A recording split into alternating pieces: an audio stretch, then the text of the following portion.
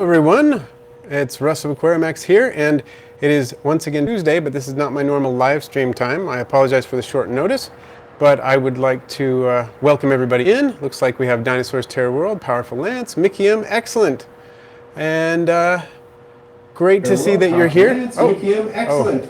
Sorry, we got some feedback there for a second, but and Joe DeBro is in too. Okay, well, let's see. Glad to see those of you who are here. Powerful Lance says you're up to 10,000 subs. Awesomeness. Way to show YouTube what's up. Can't stay for Q&A, but keep being awesome. Well, thanks, Lance. Appreciate it. What's up, Joda Bro? Dinosaurs Terror World has a question. Oh, Glorious Videos is in. I'm going to fix that there. Okay. Well, thanks again, Powerful Lance, for popping in and saying hi. Always appreciated. So, as I was saying, today is kind of short notice. I was going to do Fridays, but that's not going to work out with some scheduling issues. So I'm going to actually try to do Tuesdays like I did before. During the summer, it'll just probably be at a different time of the day. Noelia Diaz is in. Hi. And HC Aqua, hello. The Jeffrey 27. Is it really as easy to start a Daphnia culture as taking random pond water and feeding it yeast and other stuff? I would say not necessarily. It kind of depends on whether you get Daphnia in the pond water for one, and then yeast I don't really use. I have used it in the past. I don't really recommend it as a good Daphnia food, but Daphnia culture can be really easy. I prefer to use spirulina and mixed flours such as rice flour and garbanzo bean flour, for example. Mix that with spirulina, and I use that as a food, and that works really well. But yeast can kill Daphnia. It's not that it's a bad food. It's just that it's really easy to overfeed it or feed it in a way that can cause the water to crash. Noelia Diaz, how do you know which goldfish is a girl or boy? Well, there are a couple of different ways to tell. You can tell by the shape and size of their vent. And males tend to have a more concave, like curved in vent, and it's kind of subtle. And the females tend to have more convex. Not 100% true all the time, but that's one way. The males tend to have breeding tubercules in certain seasons of the year, and not all males have them, and occasionally females have a few. But generally there are spots alongside their gill covers that will show up in the breeding season, and also those spots will often show up on other parts of the body, especially the first rays of their pectoral fins. So if you see fish with those, that's a good indication it's a male. Again, it's not 100%, but that can help. So if any of those things apply to your fish, that may help you figure it out. Zercool Ninja 88 is in. What's up? Hey, Salvo Smith is in too. Hello. And Matt Grafanino, hello. Do you sell dart frogs? You know, I haven't yet. I may eventually do that. I do have dart frogs. I haven't been breeding them. That may change soon when I get this new vivarium set up. But so far I haven't sold any, but thanks for checking in on that. Dinosaurs Terror World says, my white isopod is going infected with mites. Should I take some individuals and breed them and start all over again, or just leave them alone? The mites will just leave. Well, it kind of depends on what's going on. Do you see a lot of mites, a few mites? Do you have springtails in the culture? A lot of times mites will come when there's too much food or too much of the wrong kind of food, so there are things you can do to help decrease that. It is possible certainly to start a separate culture, and that's not a bad idea to do, and then see if you can correct the original culture. But if you just remove just isopods and you're able to isolate them from the mites, which is admittedly hard to do but can be done, then you've solved that problem, at least the localized issue there. But it's nice to see if you can solve the original problem in the big culture. Yeah, Salvo says, finally I could be on one of your lives. Really glad to see that you were able to make it. I know it's difficult because you're on a different continent, all over in Italy. It's it's like 8 hours different from right now, I believe. And so, yeah, it can be hard, but I'm glad you made it. Dinosaurs Terror World says, my dubia brooches are breeding like crazy now. Excellent. I bet your geckos are happy about that. And then Salvo Smith says, oh, great question about the goldfish. I want to know that. Probably my Blackmore is a girl, then her vent is protruding. Yep, probably is. The Jeffrey 27 says, okay, thanks. Now can I culture it in a small container? No, I mean less than 1 gallon. My parents don't want me to have any containers with food. Okay, yes, you can culture Daphnia in a container smaller than 1 gallon. Right now, I have a culture going in a quart jar, a small culture going in a quart jar, and one going in a half-gallon plastic container, so it can be done. It's really not too hard. I'm actually thinking of making a video on that. But what I do is start small, feed them very sparingly when you first start out, depending on how many Daphnia you start in. that you start with at the beginning, have about 10 or 15 daphnia, not a whole lot to start with when you get going, and then you put in just 1 drop of food every day or every other day at the beginning, and then change half of the water, dump out half the water into something else. You can use that to feed your fish, dump it through a brine shrimp net and feed those daphnia to your fish, or you can use it to seed another culture or whatever, and then replace it with clean dechlorinated water. Depending on your strain of daphnia, it might need to be aged water. So if you're doing that once a week, 50% water change, you're feeding 1 drop of the food that I mentioned before, like the spirulina and flour mixtures, of the liquid version of that food, one every day, or I wouldn't say every day, maybe 3 to 5 days per week, then you can do well. That's what I have on my windowsill today, and it works well. So there you go. Norelia Diaz, is it possible for goldfish to eat one another? Yes. If one goldfish is big enough to swallow the other, it almost certainly will do that at some point. And even if they're closer in size, if one goldfish were to die, the other goldfish will not necessarily leave it alone. They'll usually start eating on it if you don't remove it quickly. But they usually will not attack and kill each other if they're in similarly sized. They're not aggressive in that way. But if one is big enough to swallow another comfortably, it will almost certainly do so. Zercool Ninja 88 says, got to go back. Hope to hear from you soon again. Congrats on all the success. Well, thank you very much. And also thanks for watching it later on tonight. I appreciate that. Dinosaurs Terror World says, I have a lot of mites. Should I remove some and just throw the old one? But I would feel bad to kill all the isopods. Well, see if you can correct it, but keep those isopods, do a separate culture, but see if you can get the original isopod culture going. I've heard of some people when they have a culture that is overrun by mites for springtails. I don't know if this will work for isopods, but I'm going to try this sometime. Just take the isopod culture, depending on the size of the container and so on, put it inside your dart frog enclosure, let the frogs eat all of the mites for a few days, and then take it back, and there will be some of the isopods that have buried down and were unable to be eaten. They were protected, and that you can start out your no culture like that. It gets rid of most of the mites. I don't know. I've heard of that. I've never tried it. Niels van der Moten says, what kind of reptile amphibian invert would you recommend for a beginner in a 10-gallon tank? Wow, that is a great question. There's a lot of things you could do with that. Let me think. For an amphibian, one of the first ones that comes to mind, I would do dwarf African clawed frogs. You could do a group of, say, 3 to 5 in a 10-gallon tank in a planted aquarium. Super easy. You could also do an Argentine horned frog, something like that. Would be a terrestrial species you could keep. Fire-bellied toad would be a semi-aquatic species you could keep. And let's see, those are a couple of amphibians. Reptiles, I would not do a crested gecko in a 10-gallon. I think it's a little too small. You could start a smaller one in there, but you'd have to move it later. I'm trying to think of what else you could do there. You could do some of the smaller geckos. You could do morning geckos, definitely. You could do house geckos, some things like that. You could definitely start out with a leopard gecko or African fat-tailed gecko in a 10-gallon tank, and some people keep them in a tank that small their whole lives without problems. I think it's nicer if you can do a large tank, but you could get one, keep it for a couple of years in a 10-gallon tank, and then move it. I mean, that's not generally the best way to approach it, but the hobby and your tanks could grow with you in that case. And then inverts are so many inverts you could keep in a 10-gallon tank. A vinegaroon would be a great choice. I would not do centipedes and something like that. Millipedes you could do as long as you make sure that you can restrict the ventilation enough to keep the humidity high. You could do something like death-feigning beetles in there. Those are some options. Hopefully that gives you some ideas. There are tons more possibilities, but there's maybe some starts. Something that gives you an idea. Reptimaster says, like the new haircut. Thank you. Appreciate that. Chico's Servan says, how many morning geckos could I put in an 18 by 18 Exoterra, an 18 cube Exoterra? How much would they eat every week? Well, you could put, I would say, I have 5 adult females in 12 by 12 by 18. They're fine in there. I don't think they need any more space. They would probably appreciate it, but they don't need it. And so I would say in there, you could at least put 9 in there, probably more, 9 to 12, something like that. How much would they eat every week?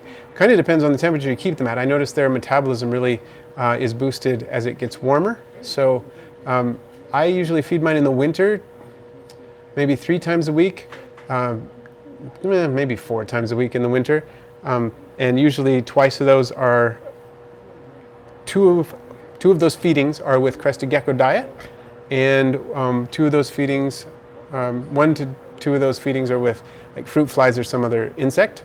And I would say in the summer I feed them almost every day because they're just hungrier.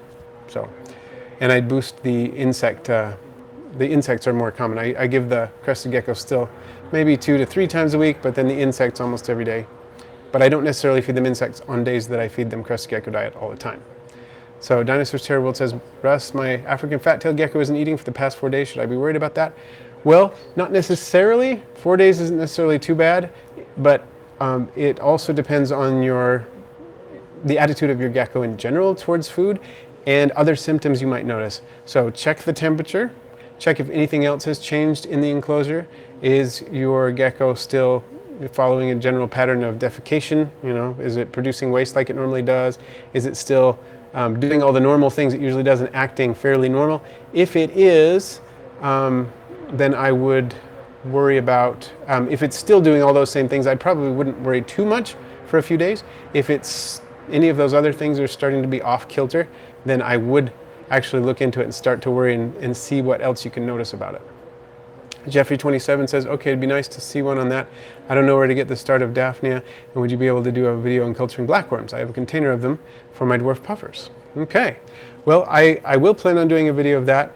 You can get Daphnia eggs online, like on eBay, sometimes on Aquabid, and depending where you are in the world, Aquabid is a great source for Daphnia generally. I, in fact, just got some Daphnia eggs. Someone sent me some, so thanks for Psycho Fisho, I believe is his YouTube handle, who sent some to me. I'm going to do a video more about that a little later. But yeah, I would say you can get them on Aquabid is a great place to do it. And I would like to do a video on blackworms. Someday I'm going to get to that. I haven't yet kept blackworms, so I want to gain some experience. I want to set up a culture and gain some experience and some success with them before I do a video on them, because they seem to be a really popular food and it's great for conditioning a lot of species. So I will get to that eventually. Haven't done that yet though. And Little Bob, welcome. Mr. Snake, oh, that's not to me. Okay. Dinosaur Terror World, will the mites just go away? Probably not on their own, unless there's probably something going on in terms of feeding. It may be the type of food you're getting. It may be the quantity of food that's causing the problem. It may be something else that's causing a decline in the isopods.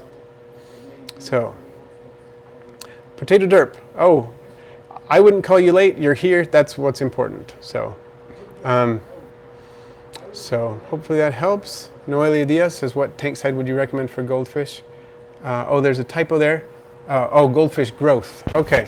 It depends on how many goldfish you have and what size they are when you're starting. I would say a minimum would be 20-gallon tank, depending on your specific goldfish and how little they are when they start. But really, there's no sense in getting anything smaller than a 20-gallon tank because they're going to outgrow it really fast if you do. And they will, in fact, tend to outgrow a 20-gallon tank. If you have a fancy goldfish, one that's not really going to get that big, you could keep one in a 20-gallon tank, but you really wouldn't want to keep more than that in there. So yeah, if you want to get them growing a lot, the biggest tank you can find, or even a pond, would be better. But there's really no upper limit. A goldfish, goldfish would be great if you get them a 240-gallon tank. They'd be perfectly happy to be in there and grow big enough that you might want to consider getting a bigger tank. So yeah, hopefully that helps. Dinosaurs Terror World, I will do a natural terrarium for my African fat-tailed gecko. Should I do the same thing as you did to your daughter's leopard gecko, or should I do it differently? I like that setup. The only thing that I really want to do, I think it's very successful. There are isopods breeding in there, there's springtails breeding there, mealworms too. Works really well. I think the gecko was essentially happy with it. I'm just not happy with the aesthetics of the short tank. So if I were to redo it, I would definitely do it in a 29-gallon rather than a 20 long, just for the aesthetic value and the ability to customize, kind of make some more terraces or grow higher, taller plants in there, something like that. But other than that, it's a great setup. So yeah. Okay, let's see. Sorry, I am kind of behind on these comments. I'm trying to catch up here. So let's see. So there's some about Kenyan sand boas. Very easy to keep, very good for a beginner. Oh, this was about the living in a 10-gallon. Okay, cool. Yeah. I have never kept that species, but that sounds like an interesting option, if you don't mind it being a little cryptic. And Chico Servan says, I live in New York. How can I get morning geckos from you? How much are they? Okay, well, you could, this is the beautiful thing, okay? There's good news and bad news about that. Good news is I have morning gecko hatchlings, because I've got 8 right now, and some more eggs due to hatch soon. And only 4 of those geckos are going to people on the waiting list. I just went through my waiting list and sent people messages. And so only 4 of those geckos are spoken for. So there are 4 geckos waiting for homes, which is great.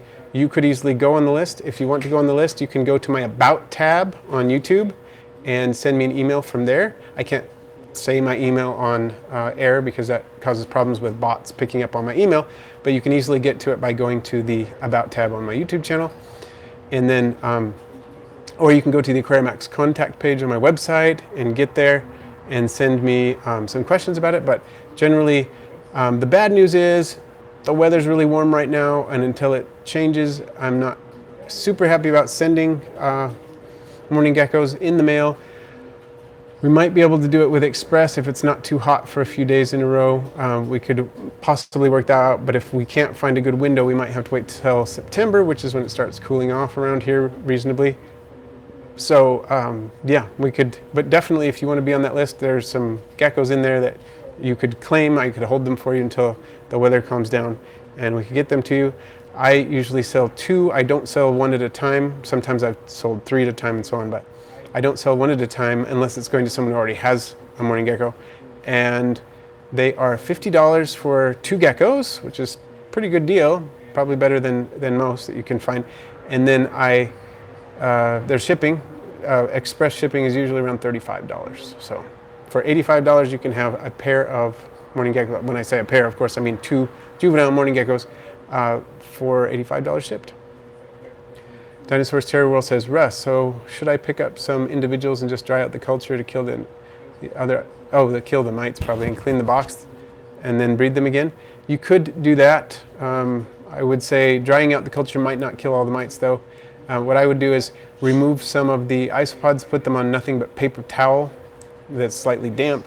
Do that for a while. So you take a fine brush, and if you see any mites, brush them away from the isopods and keep removing them to fresh paper towel until you don't see any mites at all. And then put them back on all new substrate in an all new container, substrate that has been sanitized, heat sanitized preferably. And that would be my recommendation. That hopefully would help. Okay. Let's see. So Salvo Smith says, what's the best way to remove all my fish to the beach house? We'll stay there till September. The house is about 1.5 driving from here. I will buy 2 tanks only for there. Well, if you're able to set up tanks remotely and cycle them before you move your fish, that would be awesome. I don't know if you can do that. It would be a little tricky time-wise. But what I would say, if you can't do that and you do need to move your fish, let's just assume you do, because there's the other discussion would be if you can figure out a way not to have to do that, not to have to move your fish. But let's imagine you do have to move your fish. You need to keep that those bacteria happy, so you need to keep your filter your filter medium. You need to keep it kind of alive. You need to keep the bacteria alive. And so there are a couple of ways to do that, but it needs to be moist, and it needs to be at a comfortable temperature, it needs to get oxygen. And so depending on your filter media, you can run an air stone in a shallow tank or something like that where the filter media is sitting, something like that. It needs to be running. It's only 1.5 hours, so that's not that bad. That's good, but you need to keep it alive while you're traveling, and then plug it back in and get it going. The fact that it's 1.5 hours, and then as soon as you get into the house, you'll need to get some of that water. Sorry. I'm trying to make sure I explain this. If you can preserve some of the water from their tanks without, you can't carry the tanks full, of course, but if you can carry some of their water from their aquaria in buckets or something like that, and then pour it in, and then get the filters going, and then top off with freshly dechlorinated water, so you've done maybe a 50% water change by carrying half their water with you. That should help them avoid some shock from the water quality changes and water parameter changes that there might be. And I've done moves kind of like that, and it usually goes well. Just make sure that you acclimate the fish temperature-wise. Try to make sure that they're not going to be shocked temperature-wise, and that should help. I hope that made sense. If not, you can ask me again. That may help. Okay. So, and Potato Derp says you need to put it on slow chat. Can I do that? Let me see. I don't know if that's slow chat or not. Let's try that and see how it works, because I am feeling like I'm getting kind of behind. So let's see if that helps. Little Bob says, I love sand boas, but that is quite a problem for me. I would like to be able to see any problems immediately rather than just wait until the snake comes out, or I want to handle the snake. Yeah, that's a good point too. Dinosaurs Terror World says, I bathed my gecko in some warm water, not too warm, just okay temperature. I dried him and placed him back. Should that work? Was he having a shedding issue or what? Ethan Fraser Magic said, the UK is having a huge heat wave and my fish tank has got up to 26.7 degrees during the day without a heater. How would I cool down my aquarium? I would say the best thing to do, if you can, is to aim a fan at the surface of the water. You'll get more evaporation, but you can top that off. But you will definitely get some evaporative cooling by aiming a small fan at the surface of the water. It's probably the best thing. Okay, Crystal Casares is in here. Hello, welcome. Metro Bunny says, just got a pair of Leucomelis last Sunday. Is it normal for them to keep on hiding? I thought they were a bold species of dart frogs. They will probably become more emboldened with time. If it's only been since last week, then I wouldn't worry too much. Mine, when I got mine, they were hiding a lot more at first, and then they became much more bold as they became acclimated to the situation, to seeing me in association with food. They started to become more bold, so I wouldn't worry too much. That will probably change with time. They will become more bold, especially when they recognize that you are a food source. Stephen Homeless Truth Seeker says, hello. Hello, Stephen, welcome. Mr. Snake says, I carelessly have broken 2 aquariums in the past week. Oh, sorry to hear that. I hope all the fish are okay. Dinosaurs Terror World says, in my other isopod culture, powder blues, I think there's another species with them. Is that good? Not necessarily. I would probably separate them if I could, just because one of them will tend to outcompete the other eventually. Yeti Grant says, hey, what's up? Hey, welcome, Yeti. Good to see you again. Dinosaurs Terror World, Russ, can you ship to other countries? Unfortunately, no, I cannot. And Dinosaurs Terror World says, where is Cosmo the cat, who often makes a spot for himself back here on the couch when I'm doing a live stream? I'm not sure where he is. He's probably exploring somewhere, but he does often like to come. So Yeti Grant says, what type of morning geckos? The ones that I have, mine are Hawaiian stock. So Dinosaurs Terror World, how much are your pill bugs? Well, it depends on the species. I do have a price list I'd be happy to send you. Unfortunately, I can't send to your country, but if you're just curious and want to know what the prices are, then I can totally get that for you, because I know you have my email. Okay, and Chico Serban says, I love that. I can definitely wait until September. Thanks. Okay, excellent. Potato Derp says, okay, so, and Chico Serban, just send me your, a message through my email that you find on my About tab page and say, I want to be put on your waiting list, and I will make sure to do it. Because if I try to remember, I can do my best to try to remember after the live stream, but I might forget because there's talking about so many things. So if you'll do that, I'll make sure you get on the list. And all I need is your email address, and I'll put you on the list with your email address. And then when the weather cools down, I'll just send you a message and say, hey, are you ready for your morning geckos? Let's work on a ship date. So Potato Derp says, I only have 8 left in my platy colony because some sort of fish plague came through. Uh-oh, that's not good. Sorry to hear that. It's not mycobacteriosis, is it? What kind of thing was going on with your fish? And Mickey M says, I need more morning geckos. And you'll have some pretty soon. I mean, how old are yours? I remember sending them to you, but I don't remember how long ago. That was like 3 months ago, something like that. Although if you're interested in some more of mine, I'm totally fine to put you on the list again. And in fact, you wouldn't be on the list if we put Chico on the list and then we put you on, then we're all covered. We have enough geckos. So you'd only be on the waiting list in the sense that you would not immediately get them. But yeah, if you're interested in those, let me know and I'll put you on and we'll get you set up. Okay. Yeah, morning geckos are so fun, and I'm glad you enjoy them enough that you want more. So either way, whether you're going to get some by hatching eggs in a few months or you're going to get some more from me, uh, they are great, aren't they? I love them. One thing that I've noticed is they've become more bold with time, and even, it sounds funny, but it may even be with the generations. And that may be the way I keep them, I don't know, but they become bolder and bolder, and now I walk in there and feed them and zoom, just everybody goes crazy. You can see them jumping out. I'm going to film a video of that again soon, I think. And it's really fun in my nano tank with the little babies, with the 8 babies. There's one that's larger and older than the rest, and all the rest are close to the same size, but I was just putting little fruit flies in there the other day and just saw them all swarming, and it's fun to watch. They're just fun creatures. Hear them doing territorial little chirps on them, at each other and stuff, even when they're tiny. Okay, so just catching up, everybody, sorry. Okay, we're catching on, where am I? Okay, that's not to me, that's not to me. Okay, Dinosaurs Terror World says the reason that they have mites is that I placed them in a plastic box which was too big for them, and I placed tons of big food that I think that's the reason mites appeared, and after I saw the mites. Yep, that'll do it. Overfeeding sounds like, and you can, so just take out as many isopods as you can and do the paintbrush trick. It's hard with the little dwarf whites, but do what you can and see if you can get started again. Chico Sedwin said, how often should I mist my 18 by 18 by 18 morning gecko tank? And could I keep a rose-haired tarantula in a 12 by 12 by 12 tank its whole life? Okay, so first question, it kind of depends on how much ventilation you have. But if you have basically just a mesh top, and it also depends on the humidity in your area, honestly, and I'm not sure where you're located, but let's say you have a fairly dry house and you have a mesh top, you'd probably want to mist every day, maybe twice a day. And if you have a mostly covered top with some ventilation, you might only need to do it once a day or once every other day, especially if you have a water dish. So it just depends. And Dinosaurs Terror World just bathed him to make him more energetic. Well, I would honestly hesitate to do that unless you're having a shedding problem.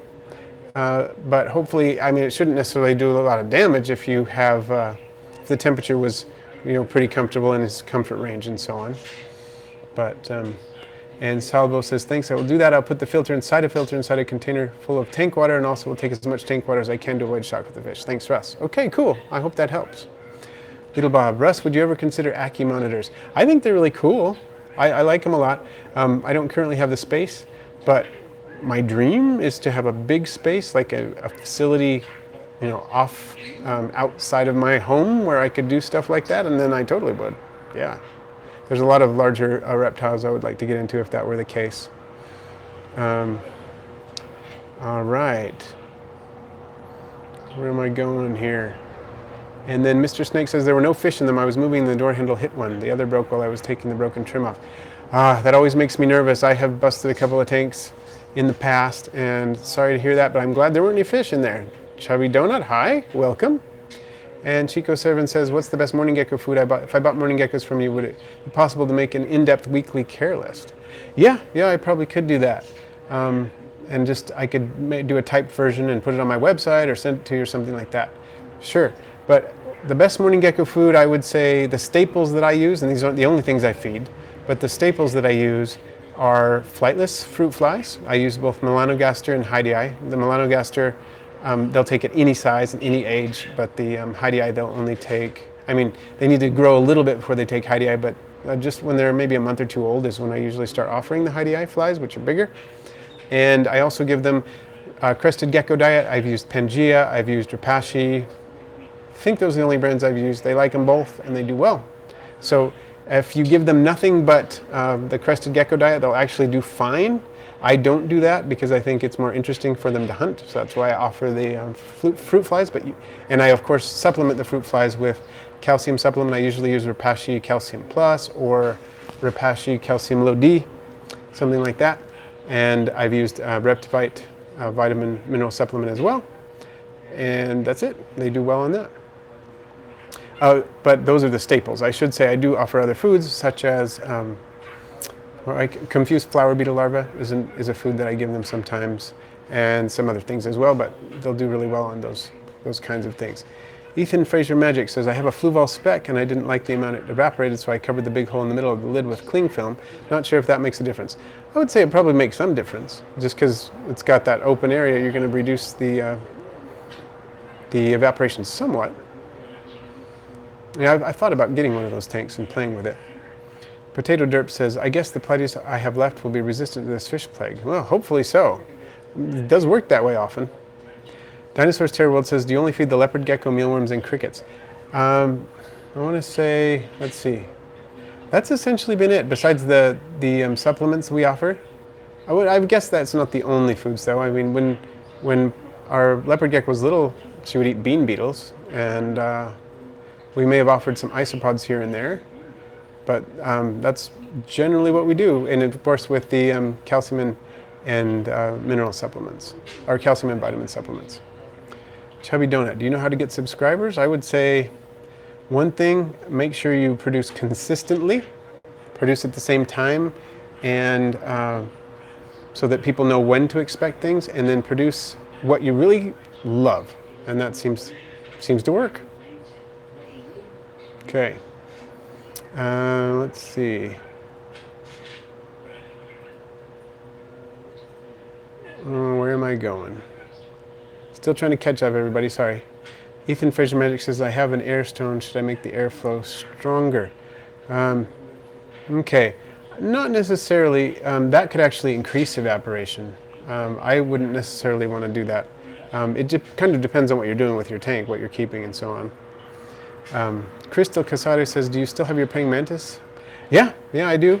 And he or she, you don't know yet, is doing well, has molted once successfully, is eating a lot, and I'm really trying to do a lot of, trying to leave it alone while it's so tiny, not handle it a lot until it gets a little bigger, because it's a lot smaller than the one I got first. But yeah, doing well.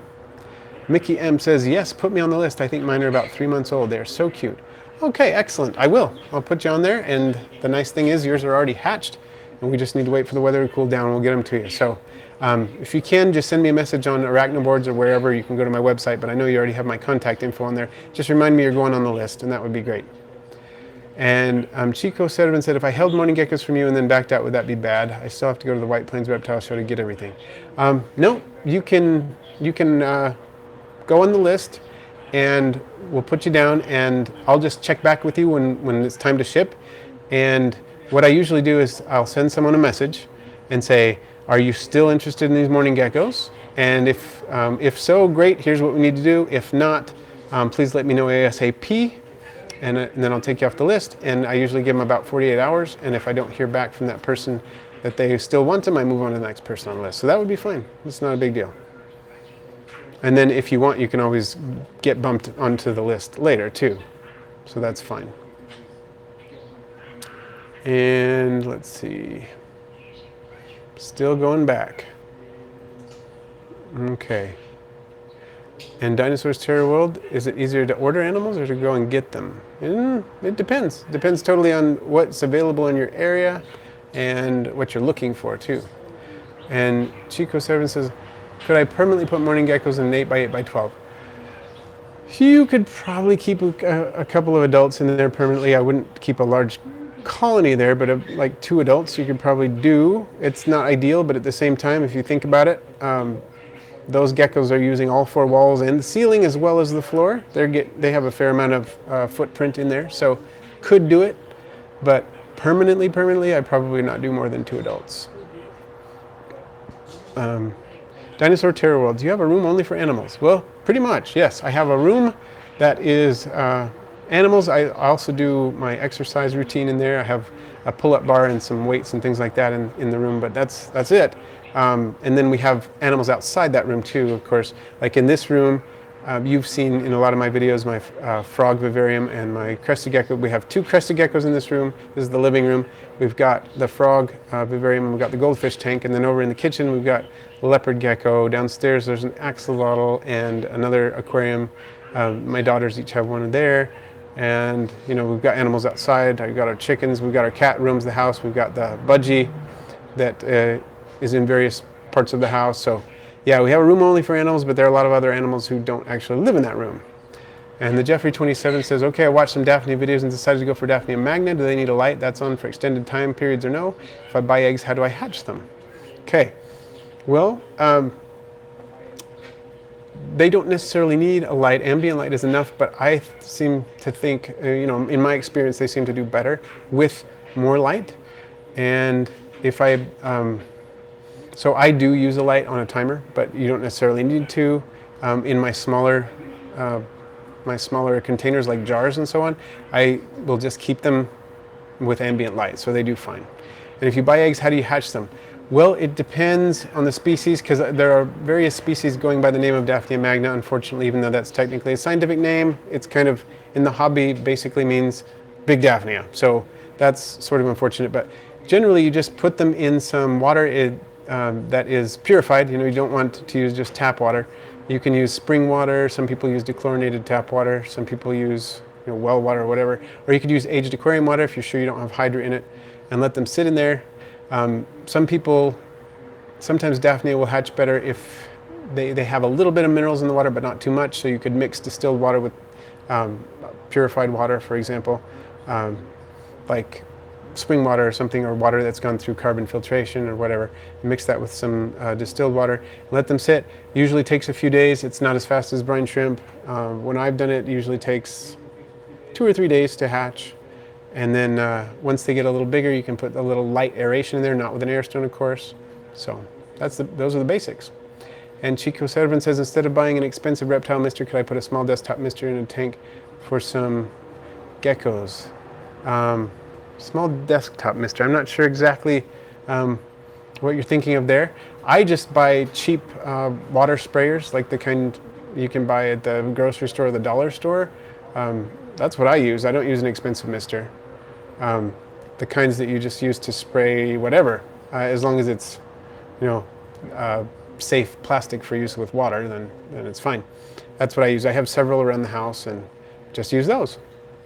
Dinosaur Terror World says, Russ, so what should I do with the big box? Should I dry it out in the sun because there are a lot of substrate and mites? Yeah, I would probably, if you want to make sure you don't have any mites, dump it outside somewhere, rinse it out really well, make sure it's completely empty, there's not any dirt left, and then you could let it sit in the sun for an hour or so if you wanted to.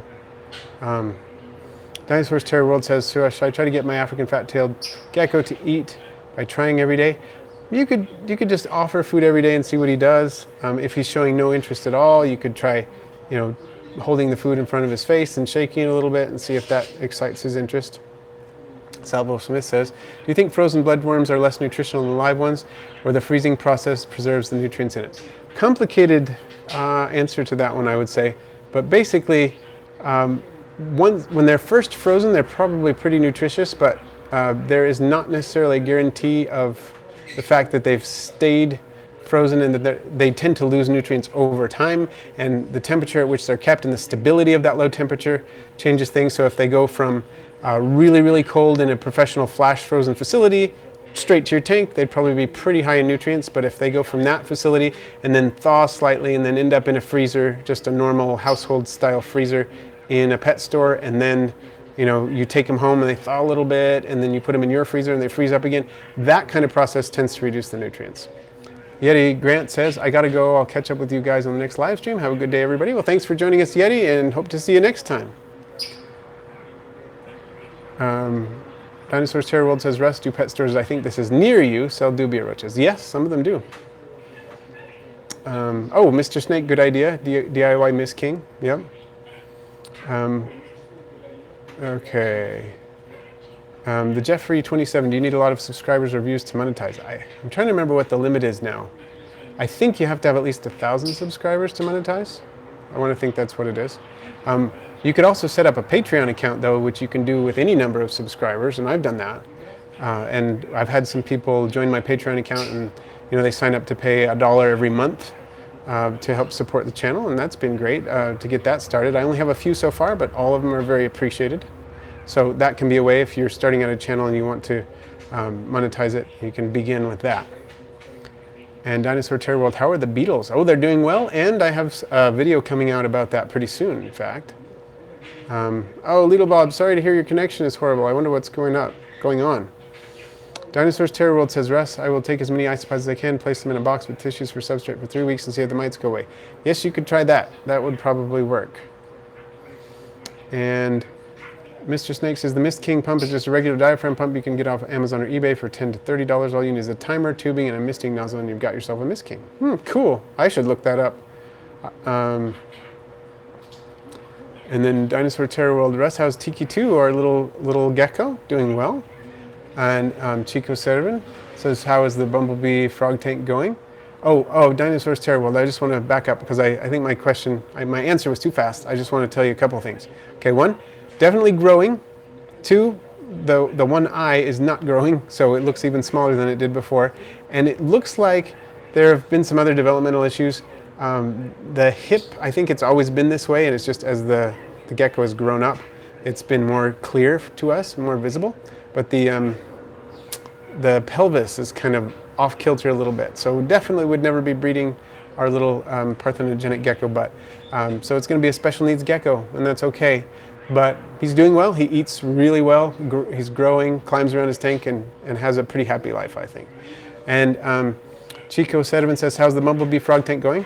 Pretty well. I'm making a video, bit by bit. It's taking longer than I had hoped for various reasons, but yesterday I put in the last part of the first silicone layer. So the back and the sides are coated with black silicone now, and today I'm going to be working a little bit on the cork bark background, and it's all going to come out in a series of video. Okay, so Chico Servan says, all my Ficus quercifolia keeps dying. How should I take care of it? I've noticed that one is a little picky and tends to like more ventilation than you might think.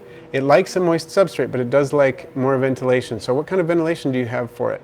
Because I think that is key for me. I notice it survives in tanks with low ventilation and high humidity, but doesn't grow very fast. As soon as I move it into a tank with more ventilation, boom, it just blossoms. So like if you've seen my nano vivarium for my baby morning geckos, it does really well in there. It's got like the whole back wall is coated, grows onto the sides. It even grows up out through the screen on the top into the canopy and on the ground. So I have to trim it back periodically. So it does really well in that situation that has a high ventilation. So I think that's really a big point. And Crystal Casade says, how was your 4th of July? Oh, it was started out pretty good. I actually felt really, I started feeling sick that day, unfortunately, and I was sick for several days thereafter. But it started out well. I got to visit family. I was excited about that. So other than that, it was pretty good. I hope you had a good one too. And Lecchio David Figueras Fornieles. Hello, greetings from Spain. Well, welcome. Glad to see you here. And Russ, have you considered on buying a camera to improve your... I don't know what that means. You're gonna have to tell me that one. I think there was a typo there. And Dinosaurs Terror World says, Russ, should I keep the substrate or throw it all? I would get rid of all of it if that's with such a big mite problem. Sam, can we see the morning geckos? I would like to show you the morning geckos. I would have to leave the room, but I'll tell you what. I promise that I will get a video out with my morning geckos in it soon. Zender. And that will probably help. That will probably help address your question. I mean, can we see the morning geckos? I'd love to show you them today, but technically moving this into the other room would be difficult, but I will try to get a video out soon where you can see them, because I would love to do that. And I need to learn more about discourse dinosaurs. I'm not sure I know enough about what that is. Potato Derp says, I wish I had better lighting in the room with all my tanks in it because the quality drops way down when my camera records in pretty much any indoor lighting. Yes, and that tends to happen, and that's why I'm always using supplemental lighting. Like I use a supplemental light right now to record. It's not great, but it does help. And okay. Oh yeah, the Jeffrey 27 about the money. You would have to link to an account of some kind. So yeah, it may be something you have to wait on. And Dinosaur Terror World can't hear the crickets. Yep, I'm in a room that's too far away from the crickets right now. And Dinosaurs Terror World, Russ, how about you do a surgery to fix Tiki 2? Oh. Well, I think that would be prohibitively expensive, and I'm not even sure they do that kind of surgery. but that would be cool if we could do it. Dinosaurs Terror World. Should I use a UVB low light when I make a natural tank for my AFT gecko? Probably wouldn't hurt. Most geckos, even the nocturnal ones, seem to benefit when they're offered UVB light. I read something about leopard geckos, of course very similar to African fat-tailed geckos.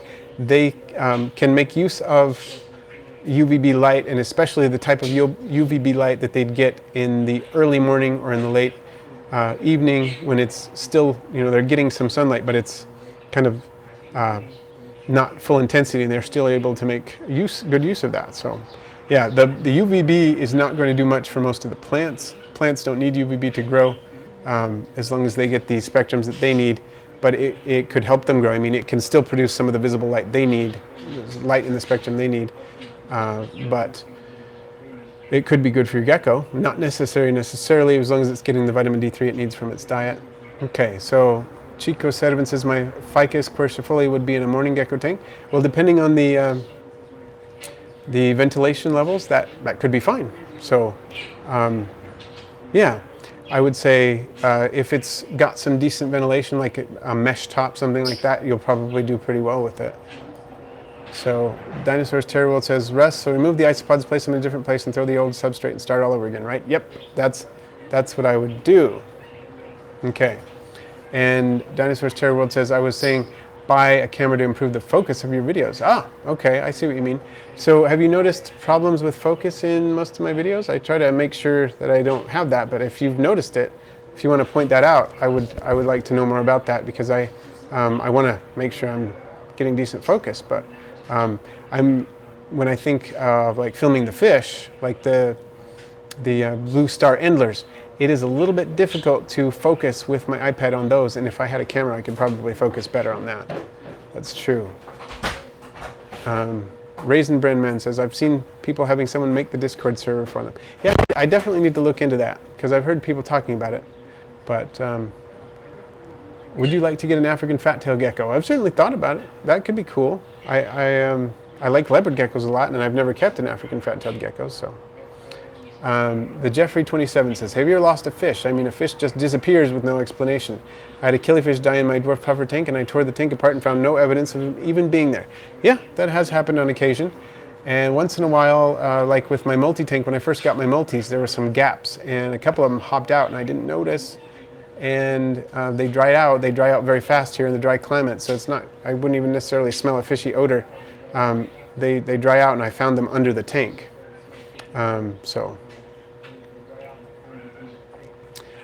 All right.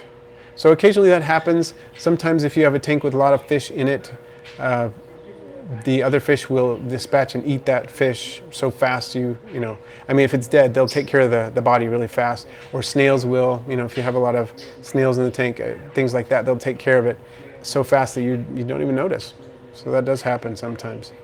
Fishhead 2925, hello friends and welcome Fishhead. Raisin Brand Man, my dad had a big tank with a few hundred fish a few years back. Wow, big tank. Okay, so the focus isn't bad, it's just saying that could be a good thing. It certainly could, especially for macro shots. Little Bob says, I have my Corydorus catfish, a neon tetra, and 2 algae shrimp. And nice. Mickey says, the focus seems spot on to me. Good, glad to hear that. Potato Derp says, my beaver tail fairy shrimp are doing great. They look about 4 times larger than the now ply were when they hatched yesterday. Yeah, they grow amazingly fast, those beaver tails. Like all branchiopoda, lots of heat and good food is like magic for them. Yeah, I hope I get a chance to grow some out this summer. That would be fun. Dinosaurs Terror World, are isopods funnier when they get bigger? Can be. I mean, it's certainly easier to watch a lot of their behaviors when they're bigger, so yeah, in a way, I guess so. Jay's Crazy Obsessions, welcome back. Hey, long time since I've been able to make it to the stream. Well, welcome. Glad to see you here. Jay is practically my neighbor. We live close enough that he has actually been to my place. So, nice to see you back. And Chico Servant says, is ABS and PLA plastic dangerous for geckos or any other types of plastic? I have a 3D printer and I would like to make custom pieces to cover in plants in a morning gecko tank. Cool idea. There is a lot of debate about plastic and different types of plastic. I know that we use a lot of plastics very, very widely in aquariums. ABS is one that's used widely. PVC is used widely. So it's hard to say. You'll get some people who say any kind of plastic is leaching toxins into your water, and other people who are not so concerned about it and who've used plastic and successfully bred fish in it for years, decades even. And I would say, I don't know how much of a threat the plastic is. I wish I knew more about it, but I would say something like that sounds like a really cool idea, and the plants being in the tank would probably help reduce any toxins. Plants, are known to reduce a lot of volatile organic compounds and things like that. So if you got a planted tank, you probably wouldn't even have to worry about it all that much. And that sounds like a really cool idea. Dinosaurs Terror World, what was the most sad event you ever had with your animals? Well, I would just say either when I've had animals die or when I moved to Hawaii and I had to rehome every single one of my animals. That was tough. I did not enjoy that. And Jay's Crazy Obsession says it happens in my pleco tanks. So what happens? I missed this one. Oh, when things disappear. Yeah, because the plecos are really good about finish things off that are available. Any type of available food, they're really good at that. Niels Vandermountain said, how did you get into this hobby? How would you convince family members to get started? Well, I got into this hobby when I was 18 months old when I started bringing home worms in my pocket. That's what my mom tells me. And so I've been interested in animals ever since, maybe before that. But then I started I got a bowl with a goldfish in it. My parents said when I was 4, you can get goldfish, you can each get a goldfish. So my brother, my sister, and I all got to pick out a goldfish, kept it in a bowl, and of course, in a few months, we didn't have goldfish anymore. I think the bowl actually got knocked over, what happened. But it's kind of surprising they survived even that long. But then after that, I started keeping other things. I started breeding hamsters. I got my own aquariums, and I was doing all these things. And from that point on, I never really looked back. How would you convince family members to get started? I think the most important things with family members is not to push them, introduce them to things, involve them in things, but never push. And a lot of times they will develop their own interest because you're giving them, here's an opportunity to become interested. If you ask for help with a project, for example, say, I would like to do this, would you help me with this? And then they're likely to start asking questions, and then you can get them interested. But never try to push them too hard, and I think that helps a lot. Roaches, I totally can't do. And my wife said, it doesn't matter what type of roach I can't do, but I'm okay with that. I like roaches. I'm interested in them. I worked with the Madagascar hissing roaches in the zoo when I worked there. I like them a lot, but can't do that unless I ever get my own facility. Oh, Potato Derp, thank you for introducing the like spike, and it looks like we got a good number of likes there, so glad to see that.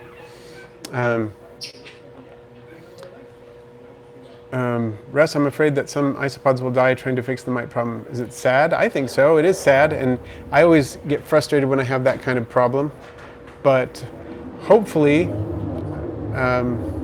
you won't lose very many. You can rescue as many as you can. But yeah, sometimes it's inevitable when you have infestations like that.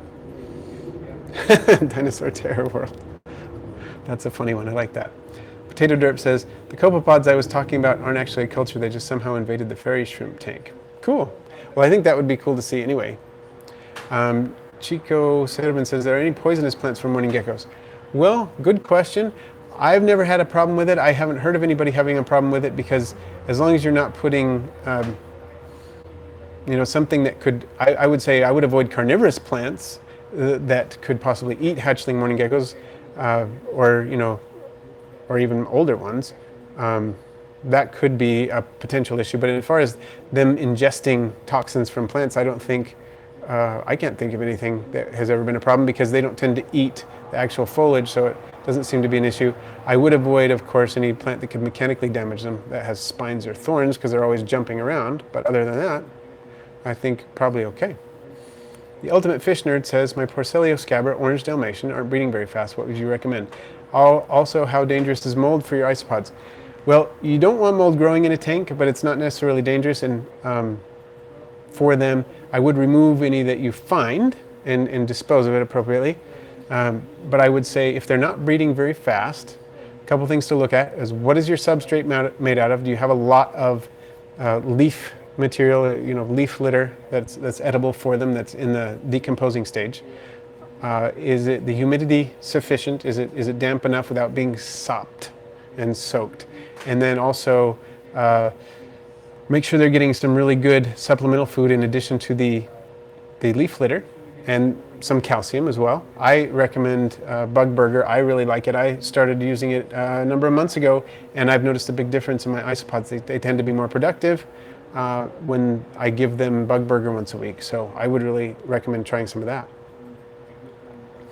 So Russ, should I remove the isopods from the tissue or remove the tissue with the isopods? I don't think it matters as long as you get them out onto some like paper towel or something like that that's slightly damp. It doesn't matter if you take them out in one way or the other, but just get them out and separate them from everything so they're separated from the substrate as much as possible. Niels Vandermoten says, is there a safety issue with this hobby health-wise? I mean, like after an organ transplant with lowered immune system and medications and such. Well, it does depend a lot on which creatures you're keeping and what sort of susceptibilities you might have allergy-wise and so on. But immunocompromised people need to be careful about a couple things with keeping pets. There are some illnesses or things that can be transferred. A couple of important ones. Salmonella can be an issue with reptiles specifically. And so immunocompromised people need to be really careful about reptiles. And I would say that's why when I was, when we had little kids, we had to be super careful about reptiles because they can transmit salmonella to small children. Of course, the better husbandry you provide for them, the less likely they're going to carry something like that. But it is an issue, can be, that needs to be addressed and protected against. And with fish, one thing to think about is mycobacteriosis. That can be transferred to humans. In humans, it generally tends to be transmitted via an open wound, like sometimes fish will, the spines on a fish can puncture the skin, and then you'll get a little nodule that becomes infected with a mycobacterium and things like that. So those are a couple of things like that you need to worry about. In general, if you're a healthy person, it's not so much of an issue, and if you take the precautions necessary, it's not all that big of a deal, but those are some things that you do need to be aware of. Dinosaurs Terror World says, should I use desert plants for the natural tank in the future?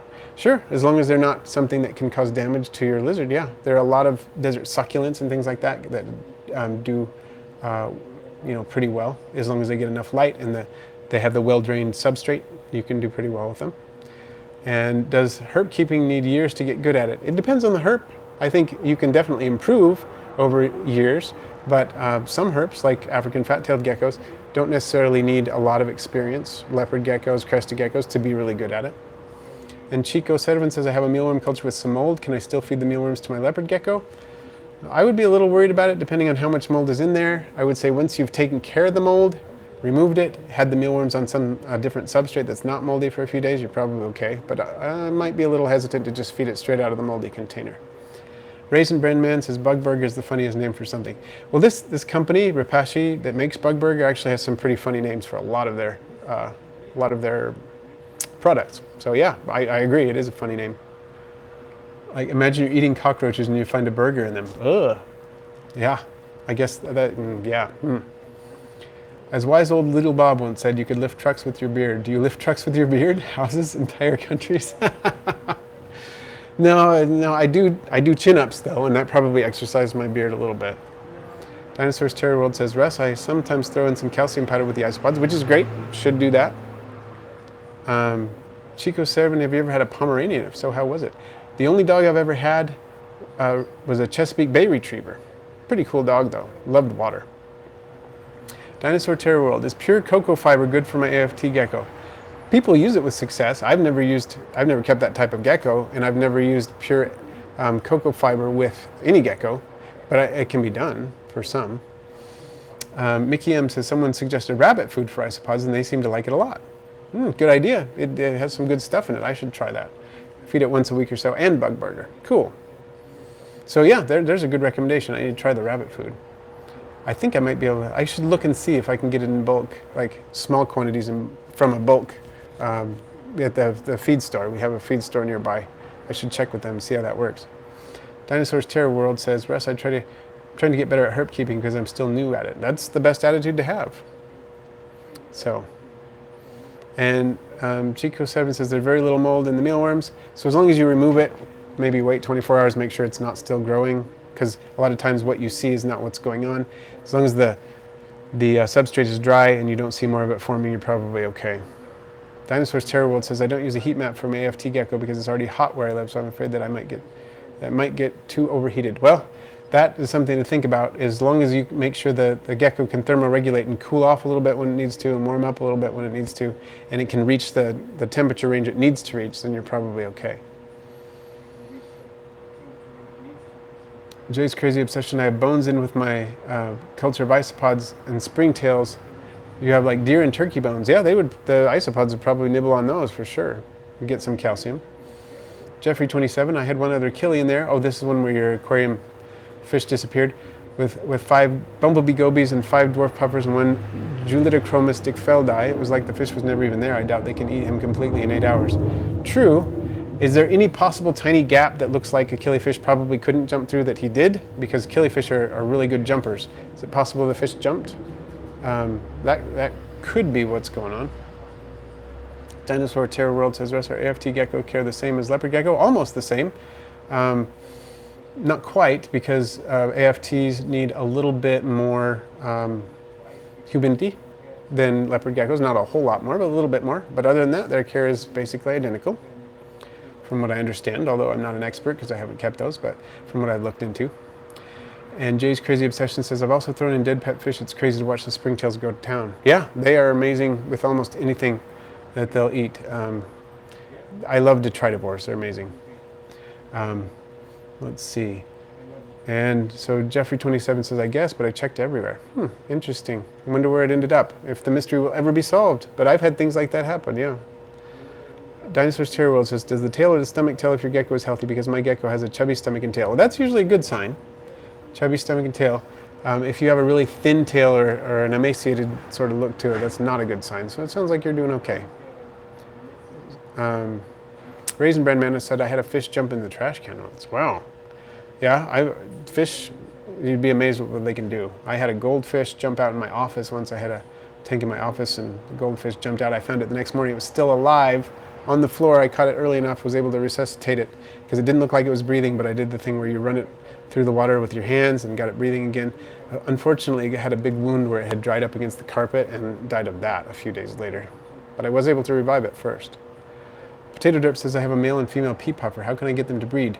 Well, I've never bred that species, have kept that species, have not bred it, but from what I understand, they like mossy or patches of moss or algae in which they will spawn, and the male will protect the eggs for a while, and then once the fry hatch, you can take the male out and raise those little fry on, you know, the normal fry foods like infusoria, baby brine shrimp, that kind of thing. So it's definitely possible in captivity. People have done it. And I need to wrap up in a minute. This is probably my longest live stream ever. I really appreciate everybody being there. I'm going to try to get through a few more comments, and then I'm going to have to wrap up in a couple minutes. But thank you, everybody. And Chico Servant says, I'm going to email you about reserving 2 morning geckos. Thanks for everything. Thank you, and I'll look forward to that. Miraculous Illustrator, hi and welcome. The Ultimate Fish Nerd says, are you or have you ever kept leopard geckos? Yep, I have. I kept some a number of years ago and then had to rehome them when I moved to Hawaii, and we now have one that we've had for about 3 years that's doing pretty well for us in a bioactive 20-gallon vivarium. So yes, do keep a leopard gecko right now. Dinosaurs Terror World says, Russ, should I only put 1 piece of wood for my dwarf white isopods? You can put as many as you want, just make sure that the wood is heat sanitized before you put it in. And Dinosaurs Terror World, should I take him to the vet to see if there's a problem? I would recommend it if you feel uncomfortable and he's not eating within a few more days. I think you've probably got a few more days, but if you feel uncomfortable about it, go ahead and take him now. Yeah, and all right, thanks everybody. Thumbs up to all you. Isaac says hi to Dinosaurs Terror World, the Vividen. And Niels Vandermountain says, I never get sick, but need a new heart. Do you think I should wait a couple of years before I get into the hobby, or could I start now, possibly a year before surgery? Oh, well, that's I see where you're going with that. Yeah, I would talk to your doctor about that and see, because I think that would be something you should definitely do some research on before you get into it too much. The Millipede Lover says, can you do some more isopod videos? Definitely. I need to do an update on my Titans, my Porcelio Hoffman's egg guy. They're doing really well. Want to do that. And Dinosaurs Terror World says, hi Isaac. Niels Vandermountain, I really like your vids. You keep me happy. Well, great to hear it, and I hope to see you again soon. Miraculous Illustrator, minimum size goldfish tank. I would say 20-gallon long for just one fancy goldfish. Bigger if you're going with a single-tailed goldfish. And Little Bob says, most streams I go for are 3 to 6 hours, but an hour of rust is still great for me. Well, thank you. Who was the wave person in the background? That was my son Isaac, who also has a channel that Dinosaurs Terror World is subscribed to. His channel is mostly about dinosaurs and superheroes, especially Marvel. Okay, thanks, Dino. Yep, let me know how your isopods do. Thank you, Miraculous Illustrator. Thank you for joining in. And I've got to end it now, but thank you everybody for joining in. Thank you for all the likes. This is probably one of the more popular live streams we've had. And I will have another video out for you on Friday.